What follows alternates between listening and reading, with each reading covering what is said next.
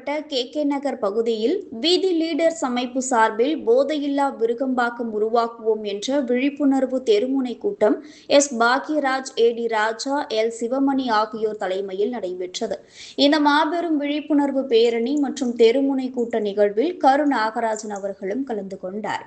மேலும் தமிழ்நாட்டில் போதை கலாச்சாரம் பரவியுள்ள நிலையில் அதனை ஒழிக்க நாம் அனைவரும் ஒன்றிணைந்து செயல்படுவோம், ஒன்றிணைவோம், மாறுவோம், மாற்றுவோம் என உறுதிமொழி ஏற்றுக்கொண்டார். தமிழ்நாட்டில் போதை கலாச்சாரத்தை வேரோடு வேராக சாய்க்க வேண்டும், அதற்கு அனைத்து மக்களும் ஒத்துழைப்பு நல்க வேண்டும் என கேட்டுக்கொண்டார். மேலும் இந்த நிகழ்வில் 500க்கும் மேற்பட்டோர் கலந்து கொண்டு பதாகைகள் ஏந்தி ஊர்வலமாக சென்றனர்.